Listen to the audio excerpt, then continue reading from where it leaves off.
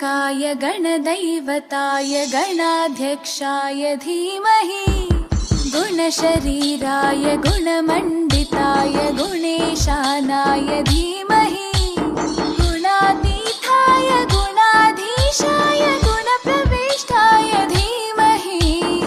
एकदन्ताय वक्रतुण्डाय गौरीतनयाय धीमहि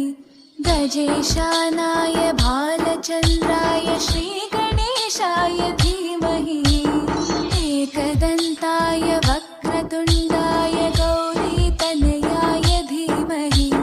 गजेशानाय भालचन्द्राय